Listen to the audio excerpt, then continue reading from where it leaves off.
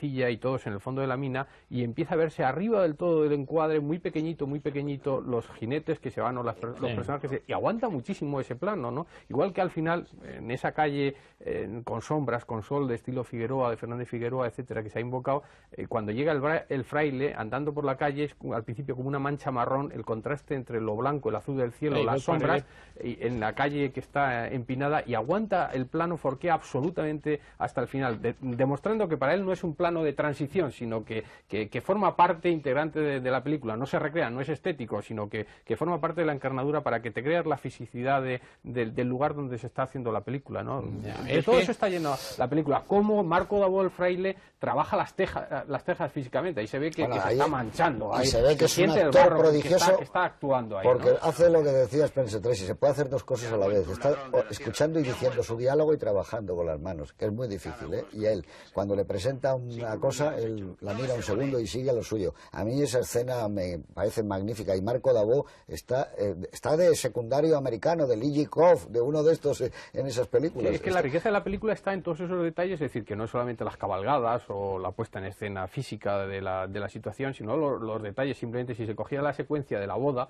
la secuencia que tiene unos momentos de mucha teatralidad, por lo menos a mí me lo parece al respecto, ¿no?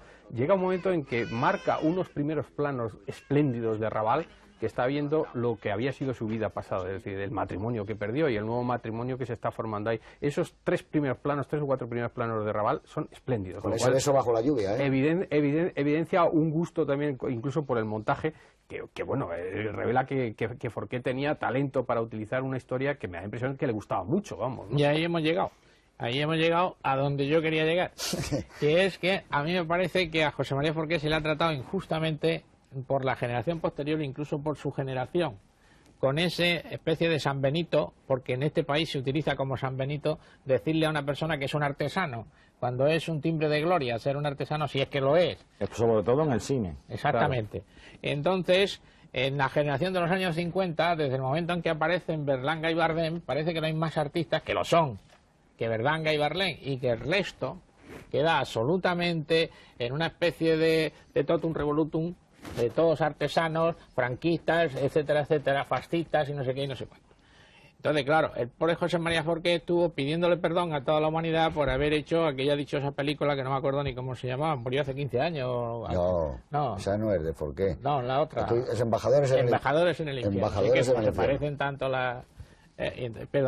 pidiendo disculpas por haber hecho una película que de alguna manera la progresía posteriormente, como siempre, no en el momento, posteriormente consideró que era una película fascista. ¿No? Y yo creo que José María Forqué era un gran director, y todo lo que estáis diciendo no es simplemente, es que todo lo que sale en el cuadro ha sido pensado por José María Forqué. Entonces, claro, era un gran director. Lo único que lamento yo es que estemos diciendo esto aquí y el hombre haya muerto el año pasado. Claro, eso, sería muy bueno que lo hubiera podido oír. Claro. Y que hubiera podido oír eso, y esa especie de luz de western que tenía esa película, que probablemente eso nunca se lo dijeron. Sí. Y aparte va ayudada un poco por el tiempo, porque las películas de los años 50, los westerns de los 50, esos westerns de Delmer Daves, esos westerns, porque hay más parecido entre Delmer Daves y John Sturges, por ejemplo, que ya Anthony Mann, que ya es distinto. Anthony Mann ya tiene otro tratamiento del paisaje, incluso de los actores. Pero esta es una película que podía estar enraizada perfectamente por la calidad de la fotografía, y porque yo creo que las fotografías entonces también se parecían. Hay algo de la época que va pegado a un tratamiento fotográfico, que evidentemente todos trabajaban más o menos igual, los operadores, y se van influyendo unos y otros. Pero en eso, que me alegro coincidir contigo, en esa escena del fraile que está haciendo los ladrillos y que te recuerda un poco México, y que la señora que muda que le está ayudando, y que él coge el caballo al final y se va y sale. Bueno, eso es como un trozo de una película de estas, de las que hacía John Sturges. Es muy parecida, además de puesta en escena. Y no está hecha con plano contra plano, como aparentemente parece. Que no. Hay movimientos, hay corrección de cámara. Cada vez que se mueve un personaje corrige la cámara. Es decir, está hecha con una enorme soltura. Esa secuencia está hecha con una enorme soltura. Y la última, que es muy difícil de filmar, esa secuencia, ¿eh? ¿Cuál? La del Cristo. Sí, esa es muy difícil de hacer, y para que te la creas bien, y no, porque y haya además, tensión, ¿eh? Muy difícil de definir la figura del Cristo y todo lo que está pasando alrededor. Y está muy bien usado ahí, que le hubiera gustado mucho a Buñuel, los tambores. Muy bien que están.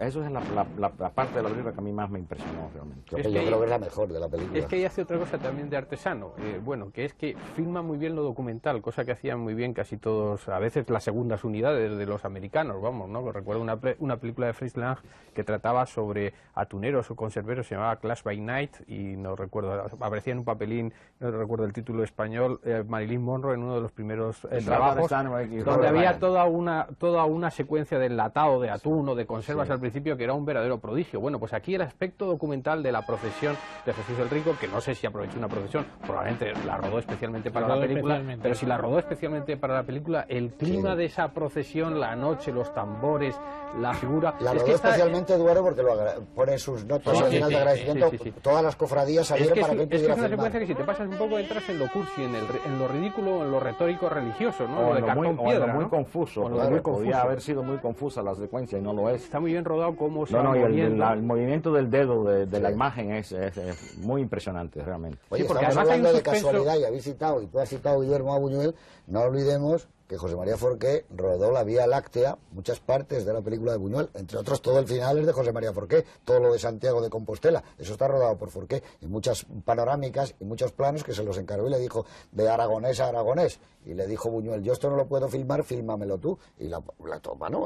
Por lo menos hay 8 o 10 minutos de la Vía Láctea que son de José María. No, es que yo quería también decir que yo personalmente no lo sabía, hasta que vi la primera de la película y se me había olvidado porque hacía mucho tiempo que no había visto la película. Pero hay un suspense mecánico en la secuencia final y es que no sabes cómo va a elegir el Cristo. Sí. Cuando le vendan, llegas a pensar, bueno, será este que se va a pasear delante y con uno de los bastones va a señalar a alguien. No sabes cómo lo van a hacer, vamos, es una especie de Cristo, perdón por la irreverencia, como si fuera el gran turco, aquel jugador de ajedrez que movía a alguien que estuviera dentro de su interior. No sabes a quién va a elegir, puedes presumirlo más o menos, sobre todo, bueno, los guionistas aquí sentados en la mesa, ¿no? Pero realmente ese mecanismo de suspense añadido de no saber cómo lo va a elegir el Cristo al que va a salvar añade un plus a las miradas de los actores están siguiendo continuamente. Que a mí de esa secuencia lo que más el hallazgo, que era lógico además, pero que podía haberse olvidado, son los rostros de los familiares. Que están fuera y que no lo ven, porque nosotros vemos lo que hacen, ellos esperan a ver cuál es el que sale por la puerta. Claro, es precioso cuando sale él, claro. La angustia de los familiares está muy bien vista. Y el hecho del ceremonial que termina resultando muy emocionante por el hecho de que ya el guardia, el soldado que está en la puerta que dice no puede pasar nadie salvo nuestro Padre Jesús el Rico, todo eso entra dentro de una parafernalia que hemos vivido todos, que hemos sentido todos y que produce una enorme emoción. Claro, el que diga que no se emociona con un desfile es que no tiene la cabeza en su sano juicio, sean cuales sean tus ideas. Pues el que diga que no se emociona delante de toda esa parafernalia de tambores, trompetas, Cristo que mueve la mano, claro, yo siempre que la veo me emociono y se me pone un nudo en la garganta, o sea, incluso sabiendo a quién va a elegir. Eso del gusto por los desfiles le hubiera encantado al jefe John Ford, vamos, particularmente. Hizo algún desfile que otro, John Ford, y bien, El Sol brilla en Kentucky de Sun Shines Bright acaba con un magnífico desfile, igual que la primera versión, el juez Priest, hay muchas películas, vamos, ¿no? La verdad es que eso sí, a Ford le encantaba, ¿no? Y él se retira cuando pasan ellos y se va al fondo en el sol.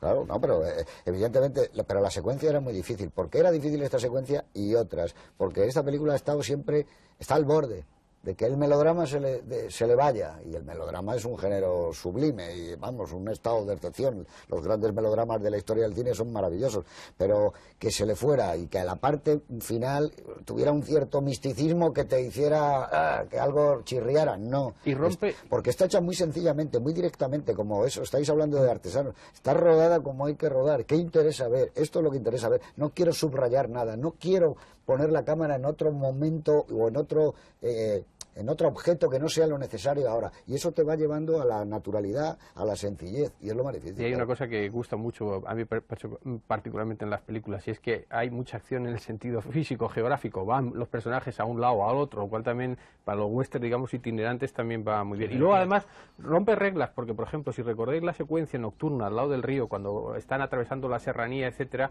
el gesto brutal pero efectivo, de profesional hawksiano, por decirlo de alguna forma, del bandolero cuando atraviesa el riachuelo y destroza la fogata que está preparando para calentar a su hijo Luis Peña, ¿no? Y dice, no, es que se ve desde lejos la luz, ¿no? En una secuencia que está dominada por los chillidos de los niños, que es como muy familiar, por decirlo de alguna forma, llena de tensiones, etcétera, aparece brutalmente desde el otro lado del río, rompiendo un poco la secuencia interna, ¿no? La película está llena de